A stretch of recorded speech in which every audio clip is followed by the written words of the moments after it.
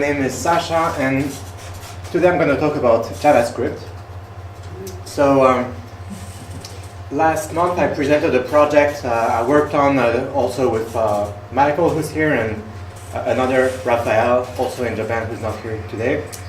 So I presented that project at a conference in Paris, and I'm going to give you a short version of that talk, and then I'll show you the actual project, because now it's actually live. So let's go back to that's the last slide, sorry. Pretend you didn't see that. Okay.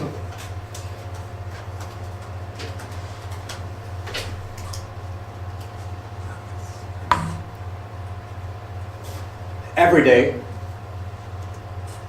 over 2 million lines of JavaScript code are written throughout the world.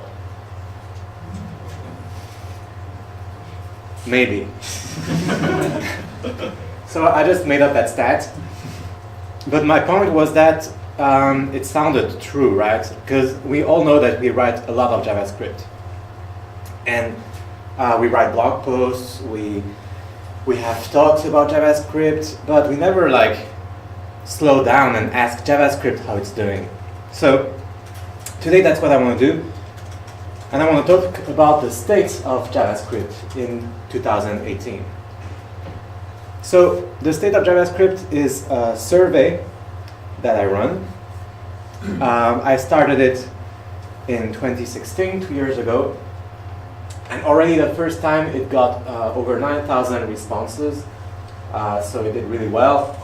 And so it seemed natural to do it again. And then the second year, the number of responses more than doubled. So we had over, I think, 23,000 responses.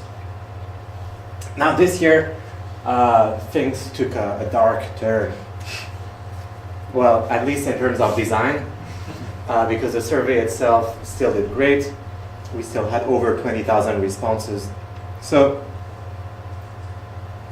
let me talk a little bit about the team behind State of JavaScript. So we're three people, like I said. All three of us are French and based in Japan, and also JavaScript developers. So, and 1/3 of the team is here tonight. 2/3. Yeah. So let's talk about the data. So who here uses Typescript, for example? Yeah. Well, in the survey, Typescript is one of the tools that is doing really well. And over the past 2 years, that red area represents the number of developers who have used Typescript and are willing to use it again. And that number went from 20% to this year, 46%. So nearly half of our respondents are considering that Typescript is a good technology. Also, another technology that's doing pretty well. Before that, the why do people like TypeScript? That's a new thing that we started asking this year, trying to get at the reasons behind people's choices. So it helps you write less error-prone code, which makes sense because TypeScript is all about adding types, making debugging easier, giving you better control in your IDE, like in VS Code. Stuff like that, such as powerful developer tooling.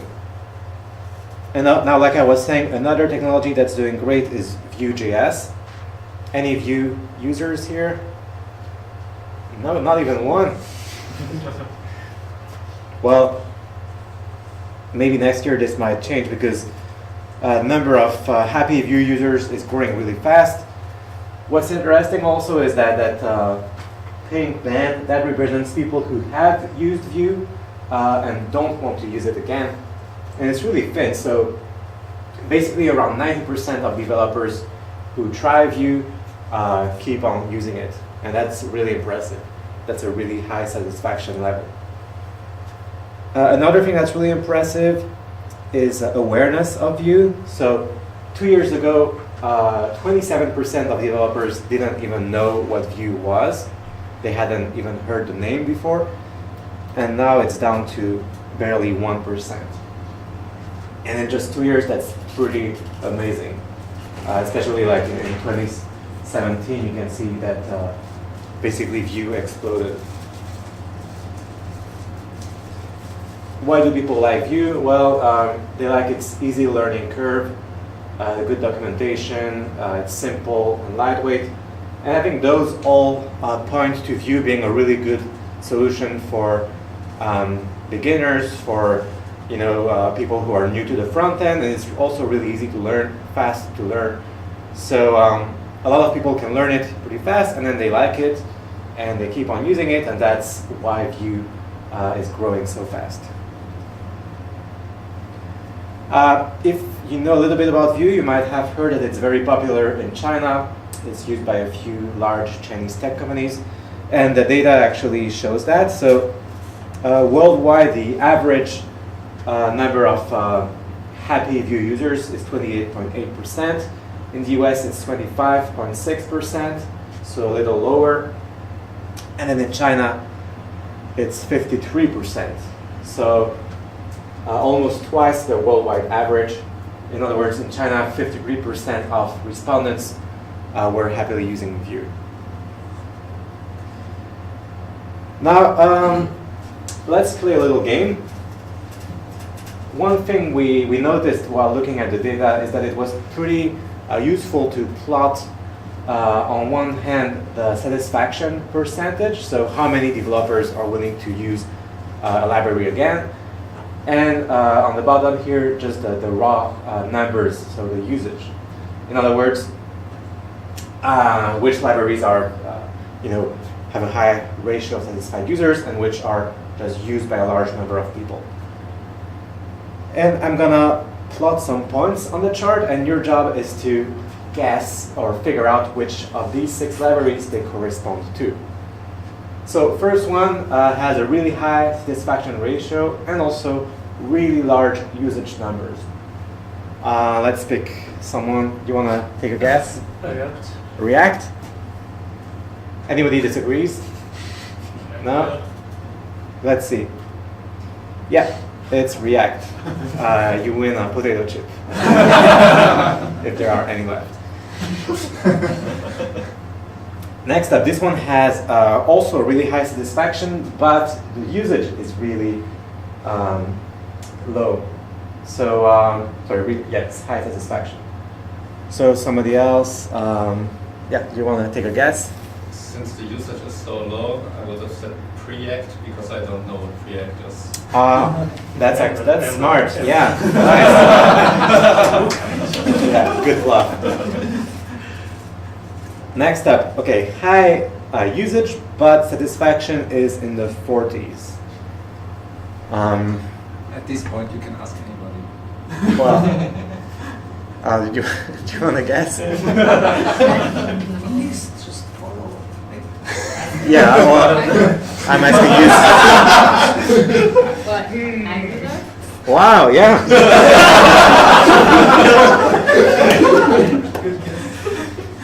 Have you heard about Angular before? I think you're very talented for front-end programming. Next up, this one has low usage and like satisfaction in the 50%. Who else? Do you want to take a guess? Let's see.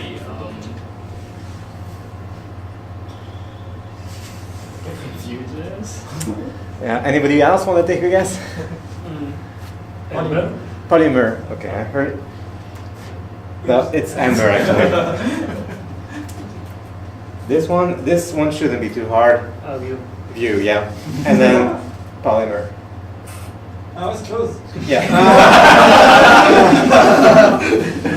Yeah, it's tricky. So, I think you can actually use this chart to kind of find your footing in the JavaScript ecosystem when you're looking for a new technology to use or learn. And as you can see, it's divided in quadrants. And the first quadrant is what I call the assess quadrant. So these are technologies with high satisfaction and low usage. So they have very passionate, happy users, but they're kind of niche, not widespread yet. So you can assess them, see if they meet your needs, and basically keep an eye on them. Then you have the adopt quadrant. Those are the sure bets. You can adopt them without any second thoughts. So React, I think Vue is going to be there by next year probably. And next up you have the analyze quadrant. These are the technologies that are very widely used. In fact, you may be using them yourself, but they don't have such a high satisfaction ratio, so you might want to reanalyze whether you should keep on using them, maybe try to find out why other people are not happy with them, and kind of rethink your technology choices, maybe. And then finally, the last quadrant, the avoid quadrant. Those have both low satisfaction and low usage. It doesn't mean that they're like bad tools, but it does mean that if you're starting out, maybe on a new project or as a developer, they shouldn't be your first choice. Polymer, Ember, they're great, they have their good points, but if you want a safe choice, React or Vue would probably be better. That made some people quite angry when I tweeted out this slide, but that's life. Can't handle the data. Can't handle the data. Yeah. So this is another cool slide. We don't only ask people about their technology choices, but also about their overall feelings about JavaScript as a language, as an ecosystem, and the answer to that question, so the proportion of people who strongly agree that JavaScript is moving in the right direction is going up over these past 2 years from 39 to 51%. And as you can see overall, nearly only maybe like 10% of people disagree that things are moving in the right direction. Isn't that a biased question since it's basically targeting JavaScript developers? No, because JavaScript developers love to complain, so they would tell us if they weren't happy. I tried to remember what I answered. We can find out. We know everything about you.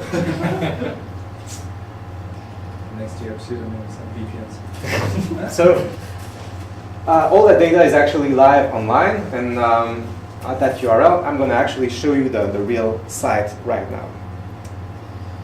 So I ended my presentation there because the site wasn't live, but you guys get to see the real thing. Where is it? Okay. You can admire my cute animation, which I spent way too much time on. So I'm going to go really quickly through just to show you some of the main charts and the main visualizations. So participation by country. Japan, we only had 75 people, so like half of them are probably here today. Salaries, we have some data. It's not like super in-depth, because we only ask about salary ranges. It's not the main focus of the survey, but it's still interesting. Same with these years of experience, company size. Gender breakdown, that was all very, I guess, controversial or very impactful, because I was surprised that the survey respondents were so biased towards males, and I think most people were as well. So I wrote about that topic in a blog post, and I think our survey is probably a little biased, but actually the state of just the developer ecosystem is not very different. So it might be more like 95, 96, 90%, and here we are at 96. But it's still super, super biased, and I think that's a big problem. And there's no easy answer. Even if we start asking more women in the survey, that won't change the reality that there are very few women in our profession, in our field. So we do want to improve this chart next year, but yeah. You could apply a filter to the chart that only shows the female data to motivate women to at the west, to the female west. Yeah, that's a good idea. We could do that. But yeah, I think it's important to have those kind of ideas that motivate more women to take part. But it's also important to like solve the problem at its root and get actually more female developers. So both are important. But it's probably easier to just add a filter to the chart. This is another cool chart. It's not the most clear at first, but it shows you the connections between different technologies. So you can see, let's say, Angular. Where's TypeScript? Yeah, you can see that there's a kind of a strong connection between Angular and TypeScript. You can see maybe Next.js, and where is Next.js? And React. Mostly it looks cool, so that's why we added it. You might have a strong relationship between Enzyme and React. Yeah, let's see. Enzyme and React. Not even that strong, but not so strong. Yeah. No, there is some connection with Enzyme and Angular. But okay. Well, it doesn't mean that the people are using both together. It just means that people who have used one have also used the other. You just usage, right? Hmm? It's Usage. usage. It's satisfied usage, yeah. That's it. So then we have the charts about the technologies. We have different charts comparing all the libraries in one field, breakdowns of salary, company sizes, overall happiness with one given field of JavaScript. So in this case, what we call flavors, so like the different languages that make up JavaScript or compile to JavaScript. And then we have all the different sections, of course. What's new this year is we have separate pages for each of the technologies. And we also have this stream chart that shows you the evolution over the past 2 years. So that's pretty interesting. Also, we have the most liked and most disliked aspects of each technology. And then the chart that I showed you earlier in the slides, the quadrant chart. Another thing that's new this year, maybe the last thing I'll show you, we have these special awards. So it's hard to read, but let's play a little game. You can try to guess which technology earned which award. So the first one is the highest satisfaction award for the library with the highest percentage of satisfied users. So in all of JavaScript, it's kind of hard to guess, but anybody wants to take a shot at it? Martin, what would you say? I will go with React because you have a React bias. Let's see. Close. It's Jest, so it's a testing library from Facebook, and people are super happy with it. Highest interest, which technology do people want to learn the most? Vue. Could be anybody else wanna? GraphQL. GraphQL. Yeah. Nice job. Most mentioned, so this is really hard to guess, but this is the library that was most mentioned as a free answer, like when people enter their own option. Most used technology with the largest user base. jQuery. jQuery, no, React. Yeah. You didn't offer it as an option, or? No, we didn't offer it. If you're using jQuery, we don't want to know about. Okay. And then 2 awards that we picked. So prediction award, which technology do we think is going to make a big impact in the upcoming years? So I actually picked this one. I picked Reason. Anybody here has heard about Reason or has used it? Yeah. It's also from the Facebook team, so like React, GraphQL, Jest, Redux. Reason is now a new language. That seems very promising. And then special award, VS Code, so the text editor. This is basically the technology that we just really fell in love with this year. And it's now the #1 by editor for JavaScript developers by a very large margin, so it's gotten really popular. How do you explain that? How do I explain that? It's just a good product. It's free. It's fast. It has a lot of very powerful IDE-like features. Actually, thanks to Typescript, so they like analyze your JavaScript code. Even if you don't use Typescript, they will apply the same mechanisms and help you debug, help you refactor. And I think, those features were common for IDEs, but in text editors, they're pretty innovative. So yeah. We are using Flow, and Flow support in VS Code is terrible compared to TypeScript. Oh yeah. So Yeah. I think reason might be the wrong choice, but I can argue that. Well, my presentation is basically over, so let's argue now. So Reason is a programming language, right? Yes. yes. Yeah.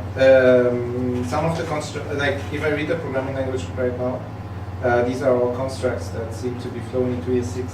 So Are you just looking up reason now so you can argue with me? I look at the syntax right now, and it looks like this is all proposals on ES6 and the JavaScript itself. So like flow type or something like that, that was interesting a few years back. It might be only interesting to see which of the features make it into JavaScript. Well, so reason is like, it's not just, yeah. Well, maybe you can. Basically, Reason is the next step after the Flow. The Flow did not fly. Sorry, but they see that, well, if we did not can do just typing works, we need to do the more a camel thing that will be closer to camel and have types by default, but have also some new syntaxes. And we still compile it to JS, and everybody will be happy. This sounds like TypeScript. It's one step But the TypeScript is just fantastic sugar on top of the JS, but they have a lot of new syntaxes that closer to a camel than to JS. So Like this syntax will Like come in this. the next version of JavaScript. maybe. Did you read the proposal? There is a lot of problems with the current proposal implementation. So it's not given that it will come to JS. Well, it's It's not just about the syntax. It's not like, I don't know, CoffeeScript or something. It's like a real Yes, separate it's language. closer to Elm or Yeah. things like that. Yeah, exactly. I've seen it before. Like the last 5 years, all new languages came out. Well, which is- I agree with you actually, because Flow did not work, and I'm not sure that Reason will work, but No, it's no. better than Flow. Yeah, it's not just Flow. Before that, CoffeeScript, and they all tried to implement. Well, CoffeeScript was popular for a lot of time. Then and- you- and yes. So this is what we're talking about. yeah, so well, it might become more popular, but more popular. So what I'm arguing here is, I see the tendency for just JavaScript becoming new features that are kind of solved in other programming languages. Like this seems similar, where you have just this very simple example has types. Types are optional. Like if it compiles to JavaScript, the types will still be at runtime not be compiled unless you use WSM. Well, No. I mean, I don't want to, I haven't tried it, so I'm just like repeating what I know, but I think we should explore that in a future meetup, like have a presentation or debate. I don't know. Have the same problems as Elm has. Basically, there is not that much libraries written in Reason, and the most of the infrastructure was written in JavaScript. And it's not that easy to work, to make them work with each other, because you need some bridges or things to cover this with typings, or things like that. That's So, business production. But I still think that JavaScript is just adding up features that it doesn't matter anymore. No. Rise. No. Maybe. okay, so let's put that aside for now. So I just want to talk a little bit about the next steps for the project. So this is something I just did this week. Typescript, a language from Microsoft that adds types to So it's a JavaScript recap, to make your code a easier video to recap debug in 1 and minute error of from. Also, the most keep an eye on important ReasonML, another typed reason language from again. the same Facebook team that brought us React and GraphQL. You can go On check the it out front end, also React and if Vue you are the clear want winners. React is currently more popular, but Vue is gaining fast, and they both have a really quick overview of the results. We also want to run a contest for people to make their own data visualizations. So if you have any interest in that, we can give you access to the data. And if you can find a new way to use it, then you can win one of these t-shirts. And these shirts have like all the most popular JavaScript libraries with the number here is like the number of stars on GitHub in thousands of stars. So you can impress your friends with your knowledge of JavaScript. And then finally, the last thing we're doing currently is internationalizing the results site. So we're going to add support for multiple languages and then crowdsource some translations. And we already have over 100 volunteers that have said they want to help us translate the site in their language. So right now we're just working on supporting that in the backend in the site itself. And I think it's going to be really cool because, like I said, there were only like 75 or something responses from Japan. But I think if we actually publish this data in Japanese, that will encourage people to share it and take part next year as well. So that's it. Thank you very much. And any questions? Yeah. Do you think React is still going to be the main framework like 5 years from now, or is it difficult to predict? 5 years, probably. Yeah, I mean, if you ask me 2 or 3 years, I would say definitely. 5 years, it might be long enough that we kind of stop using, that some people stop using JavaScript as such. So they might use Reason or even things like Rust and WASM. There might be lots of new patterns that come out, but I mean, people are still using jQuery today. So it will take time before new things emerge. So when you ask that kind of question, I guess we should precise, do we mean like the early adopters, the cutting edge, or like mainstream? Certainly in the mainstream, React will still be dominant in 5 years, I think. Yep. You first? Okay. How did you write it? Like, is this page open source? Yes, so we're using a thing called Gatsby. Anybody know Gatsby? Not working? Okay. It's a static site generator, what's pretty cool is it lets you build sites with React and then generates the static HTML, but at the same time it also lets you keep on using React to preload things, have interactivity. So it's a good mix, and also it uses GraphQL. Disconnected. Oh, sorry. So we mentioned GraphQL earlier. No? Okay, I don't know. And Gatsby lets you add data sources and query them using GraphQL, which is a feature that we use for some things like getting the chart data. And it's a pretty complex Gatsby app, but it's open source and you can look it up. Currently, we're kind of refactoring the whole structure of the components and everything to add internationalization support, like I was saying. I think it's already in the featured page of Gatsby. Oh yeah? Yeah, I think it's like this morning. Cool. Is it showcase?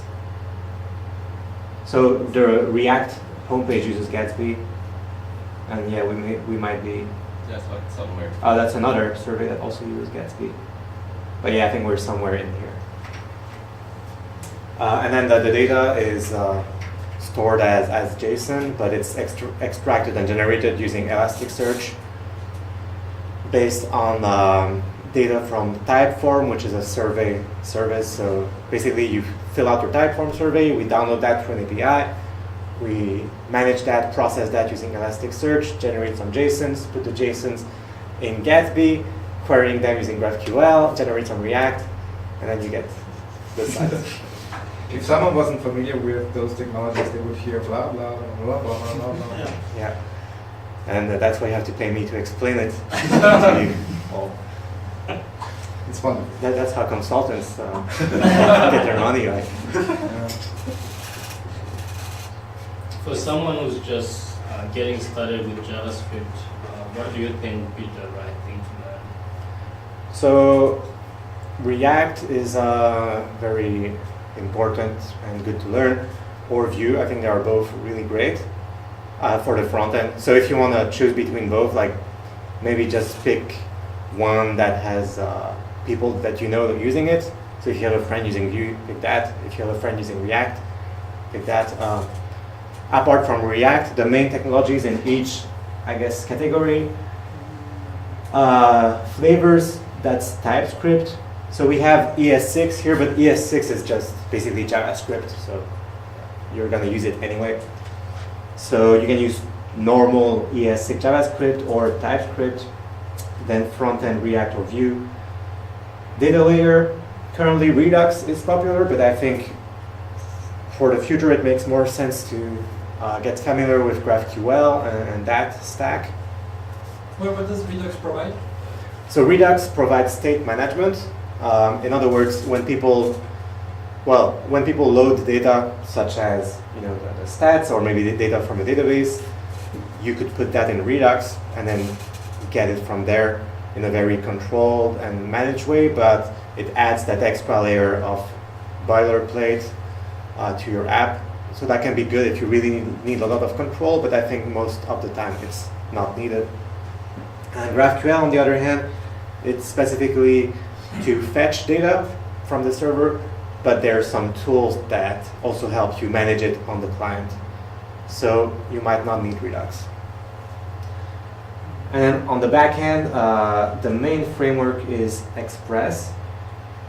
I don't know why it's cut off, but anyway, you can see right away that it's really dominant. So if you learn how to use that, you can't really go wrong. It's kind of the ground layer of every other JavaScript framework.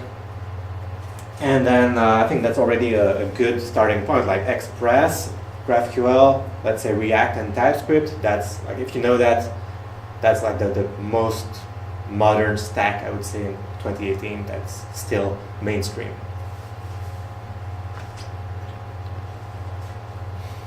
Did you have a... Well, I want to say it strongly depends on what you want to do and what kind of applications you're doing. Yeah. This stack is for a single-page application, but there is a lot of types of application for JavaScript, etc. That are not single-page applications. So if you're doing, I don't know, e-commerce site, you probably don't want it to be a single-page application, and you need to use different stack.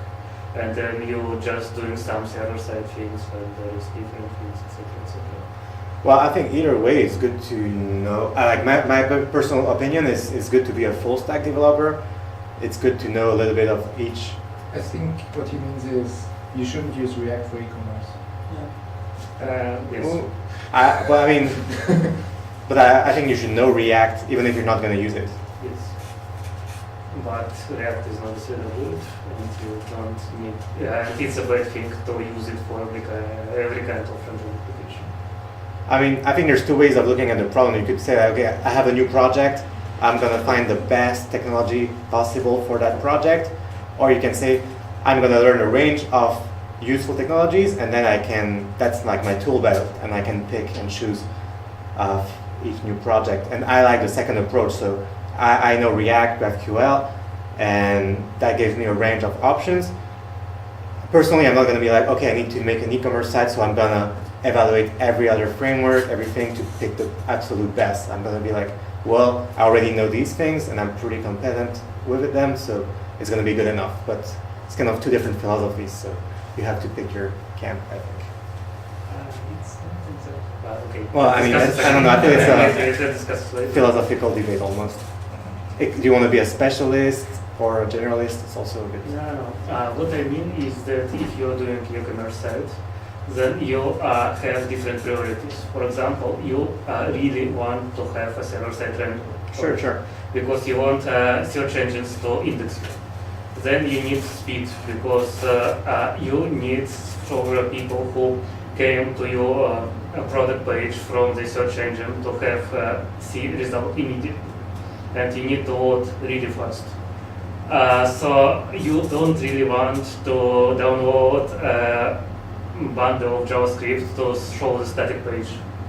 And then there is things like that e-commerce site compared to usual single page application have a lot more pages that each have some JavaScripts, and in case if you're doing them in React, they will have their own components and things like that.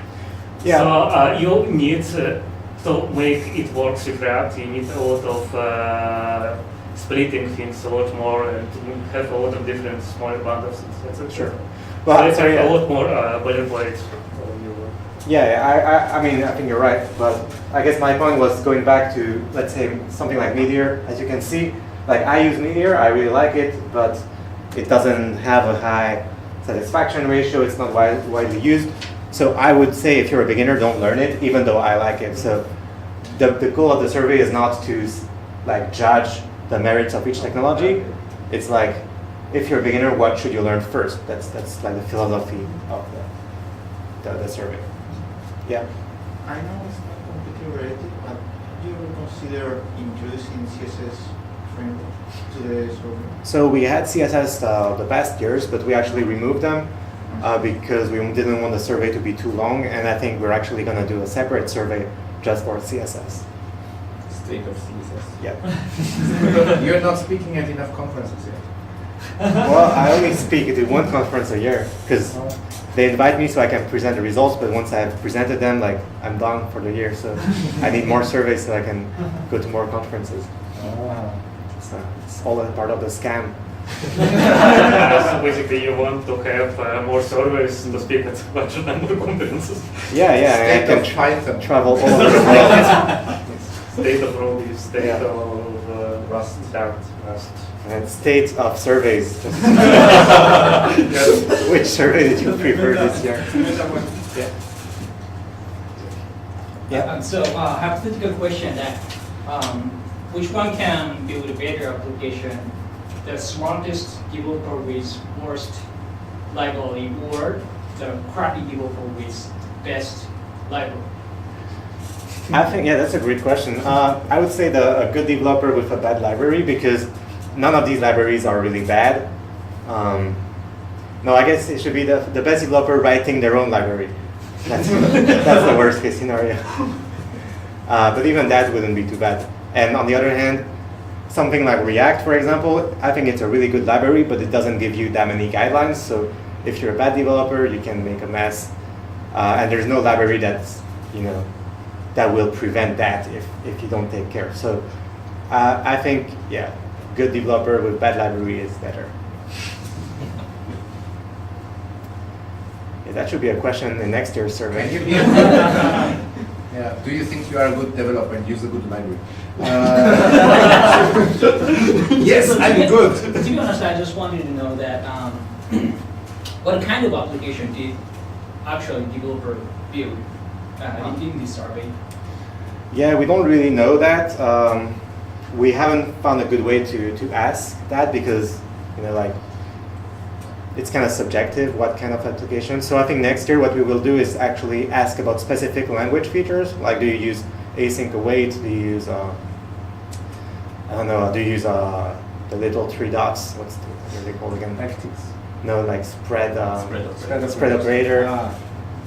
Do you use the different new APIs, fetch API, and then from that maybe we'll get a better idea of what kind of things people are building, or but we want to avoid any question that's like too subjective, like I don't know, if we find a good nomenclature for apps, like maybe it could be e-commerce, but then it's like, what else would you ask about? It's hard to really define the type of Have you built in the applications. last year e-commerce shop, mobile app with JavaScript, single page app, questions like that? Have you made a server app?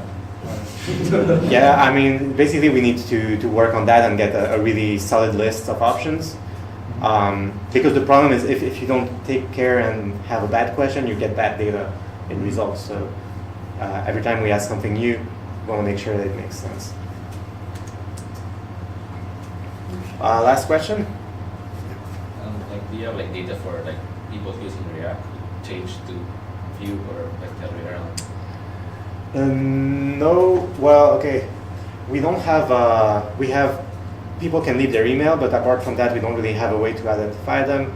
So we can't yet track people who change their answers from year to year. We can't track like the ones who say they have used but stopped using. Well, but it might not be the same people.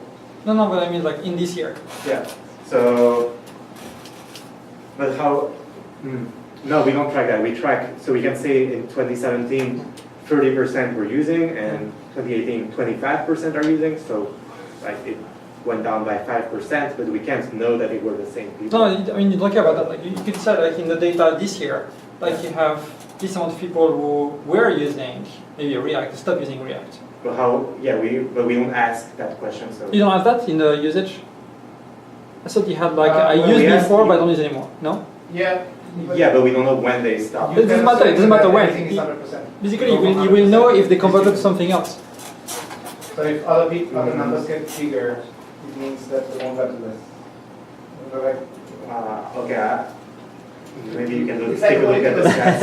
It's like a political party, where you don't know if they stay in the same party or. Yeah, but you can't vote for both Republicans and Democrats, but you can use React and Angular. So Right, but you can see the ones how many people are basically using only React versus using React and Vue now, and you can see if the ratio is changing year over maybe. year. yeah, well, like I said, if you can calculate that, you can win a T-shirt. Okay, well, thanks everybody.